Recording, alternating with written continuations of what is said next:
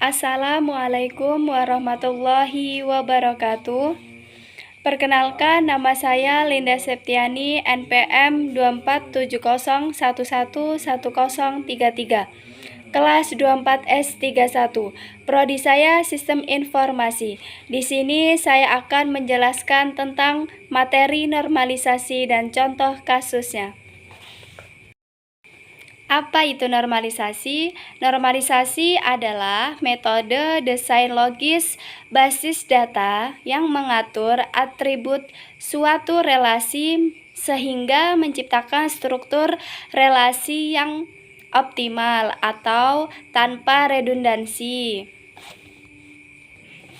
Metodenya untuk menciptakan logika hubungan antara basis data dan pengelompokan data yang memiliki tingkat ketergantungan dan koneksi fungsional yang sangat kuat, sehingga menghasilkan koneksi fungsional dan struktur tabel yang mudah dan normal.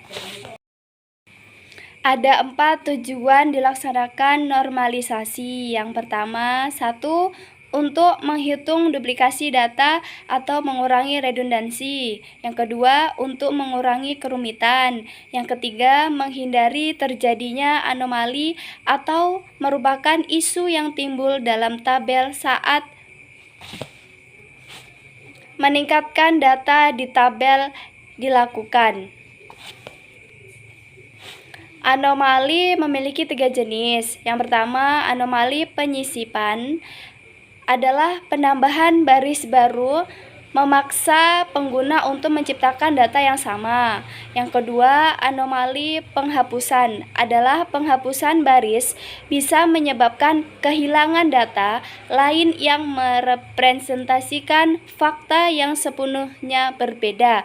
Yang ketiga, anomali modifikasi adalah merubah atau mengubah data yang berurutan dan memindahkannya ke baris lain akibat adanya duplikasi.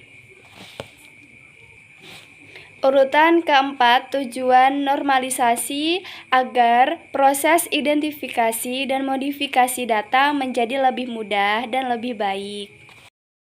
Proses normalisasi adalah data yang disusun dalam format tabel, kemudian dianalisis sesuai dengan kriteria tertentu sehingga beberapa level. Jika tabel belum memenuhi syarat, tabel tersebut harus dipecah terlebih dahulu karena menjadi versi yang lebih sederhana sehingga mencapai bentuk yang lebih optimal.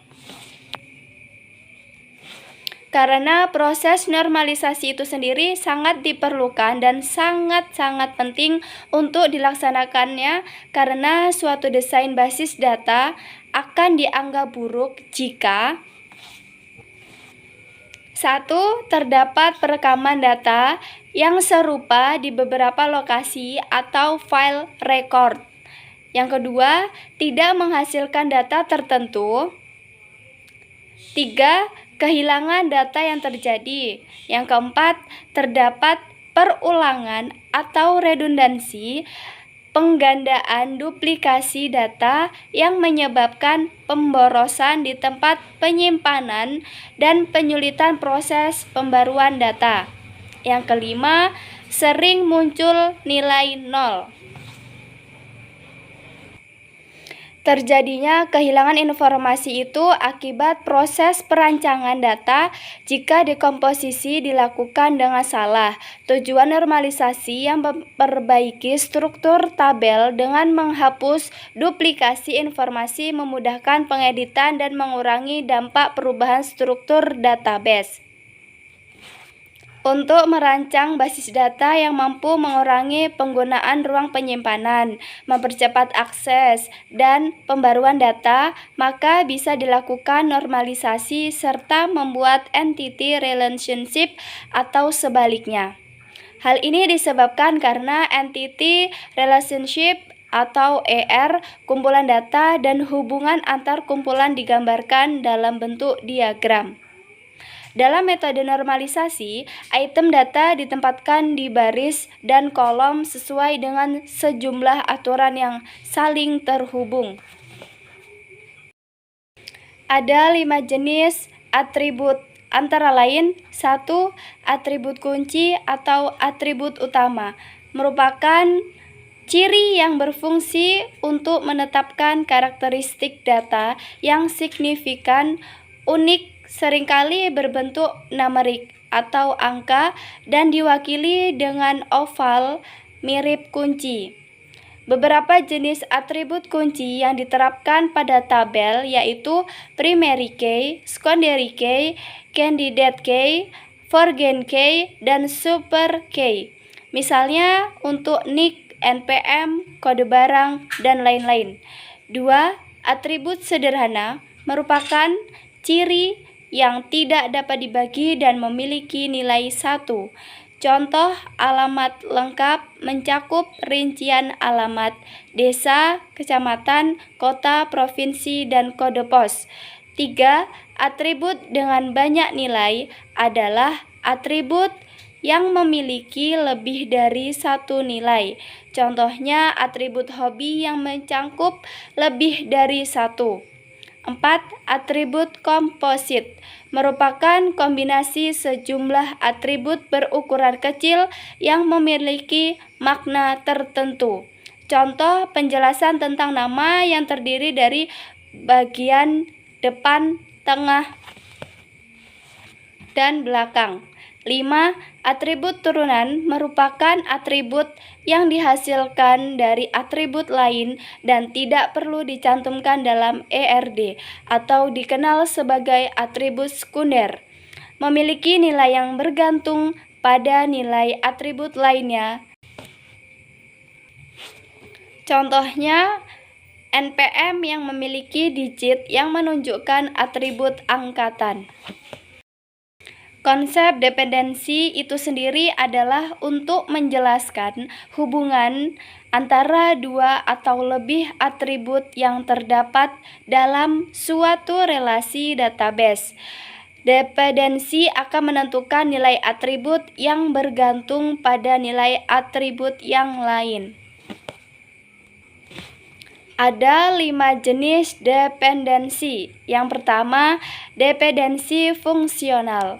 Yang kedua, dependensi sepenuhnya. Yang ketiga, dependensi parsial. Keempat, dependensi total. Yang kelima, dependensi transitif. Kegiatan mengelompokkan atribut atau elemen data ke dalam tabel yang dapat memperlihatkan entitas dan hubungannya dinamakan proses normalisasi. Prosedur terdiri dari langkah-langkah sebagai berikut. 1. Data disajikan dalam tabel, kemudian dianalisis menurut kriteria tertentu hingga beberapa tingkat. 2. Jika tabel yang diuji belum memenuhi kriteria tertentu, maka tabel itu perlu dipecah menjadi beberapa tabel yang lebih sederhana hingga memenuhi bentuk yang ideal. Bentuk umum yang sering dipakai untuk proses normalisasi yaitu 1. Bentuk 1NF, 2NF, 3NF, dan BCNF berdasarkan kunci dan ketergantungan fungsional. 2. Bentuk 4 tahun NF dan 5 tahun NF berdasarkan kunci dan ketergantungan multi-value. Ada 3 syarat tabel dianggap baik dan normal. Yang pertama, apabila terdapat dekomposisi tabel, maka harus dipastikan bahwa dekomposisinya aman. Dengan kata lain, setelah tabel itu diuraikan atau dekomposisi menjadi tabel-tabel yang baru, tabel baru tersebut dapat membentuk kembali tabel asal dengan identik. 2. Pemeliharaan ketergantungan fungsional terjadi perubahan data atau dependency preservation. 3. Tidak bertentangan dengan Boyce Codd Normal Form atau BCNF akan diuraikan selanjutnya. Jika syarat ketiga tersebut tidak dapat dipenuhi, maka setidaknya tabel tersebut tidak melanggar bentuk normal ketiga, normal form atau 3NF. Apa sih bentuk normalisasi itu? Normalisasi itu adalah sebuah bentuk ketentuan yang diterapkan pada tabel-tabel relasi dalam basis data dan harus dipatuhi oleh tabel-tabel itu pada tingkat-tingkat normalisasi. Bentuk-bentuk normalisasi. 1. Bentuk tidak normal untuk menghilangkan atribut bernilai jamak. 2. Bentuk normal 1 untuk menghilangkan ketergantungan parsial. Bentuk nomor 2 untuk menghilangkan ketergantungan transitif. Bentuk nomor 3 menghilangkan anomali tersisa disebabkan ketergantungan fungsional. Boycott normal form untuk menghilangkan ketergantungan nilai jamak. Boycott normal 4 menghilangkan anomali tersisa. Yang terakhir ada boycott normal 5. Yang dimaksud bentuk tidak normal itu sendiri merupakan data yang tidak menggunakan format tertentu dan akan dimasukkan secara mentah serta memiliki duplikasi data atau data tidak lengkap. Sedangkan bentuk normalisasi ke-1 atau 1NF merupakan bentuk normal pertama, biasanya dikenakan pada tabel yang belum normal. Suatu tabel dikatakan dalam bentuk normal ke-1 jika tabel tersebut tidak mengandung atribut berulang. Ada dua bentuk normalisasi yang dikatakan normal. 1. Berada dalam bentuk normal ke-1. Kedua, semua atribut bukan kunci memiliki ketergantungan fungsional terhadap primary key. Ada dua ciri bentuk normalisasi ketiga. 1. Berada dalam bentuk normal kedua. 2. Setiap atribut tidak tergantung transitif terhadap kunci primer. Maksudnya itu, bentuk tabel dalam bentuk normal kedua menjadi bentuk normal ketiga dengan melihat apakah masih terdapat ketergantungan transitif pada masing-masing tabel atau tidak. Pada tabel sudah tidak terdapat ketergantungan transitif lagi karena seluruh atribut bukan kunci sudah bergantung penuh pada primary key. Langkah selanjutnya untuk menentukan derajat relasi antar tabel dan memasang kunci relasinya. Contoh studi kasus normalisasi yang saya ambil yaitu data mahasiswa dan data mata kuliah, yaitu ada NIM, nama, alamat, mata kuliah, dosen. Anormalis form sudah dalam bentuk tabel, tapi masih mengandung pengulangan data dan data multi-value atau lebih dari satu nilai untuk satu atribut seperti mata kuliah untuk satu NIM. 1NF atau First Normal Form syaratnya ada dua.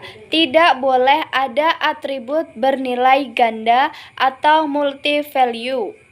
2. Setiap kolom hanya memiliki nilai atomik atau satu nilai saja per sel.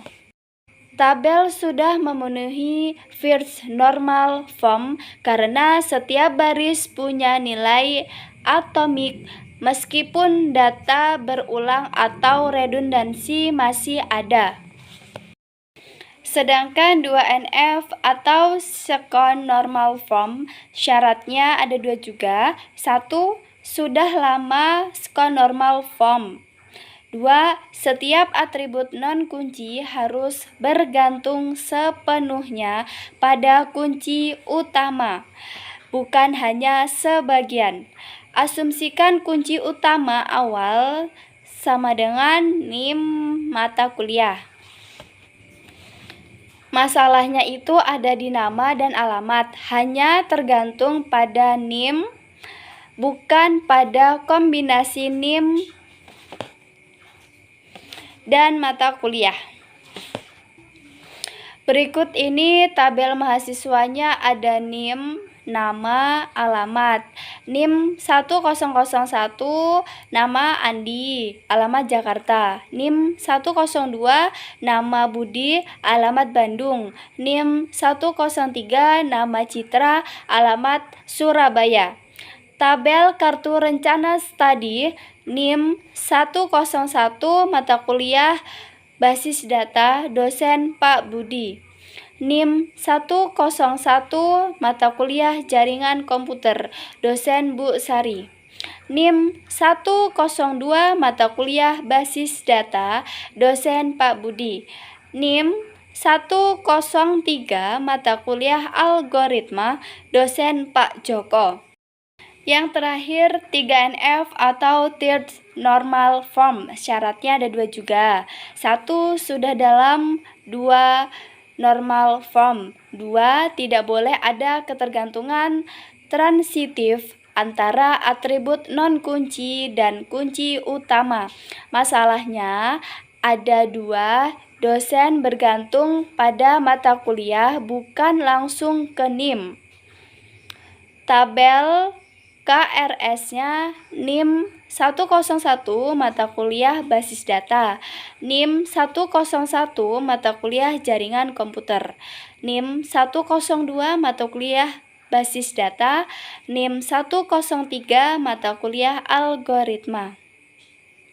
Tabel mata kuliahnya, mata kuliah basis data dosen Pak Budi, mata kuliah jaringan komputer dosennya Bu Sari, mata kuliah algoritma dosennya Pak Joko. Hasil akhir 3NF atau third normal form: 1. Tabel mahasiswa, 2. Tabel KRS, 3. Tabel mata kuliah. Data sudah tidak redundans.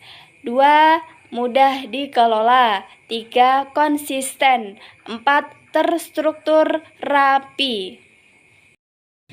Cukup sekian penjelasan dari saya. Jika ada kata yang kurang berkenan di hati atau kesalahan lainnya, saya mohon maaf. Saya akhiri. Wassalamualaikum warahmatullahi wabarakatuh.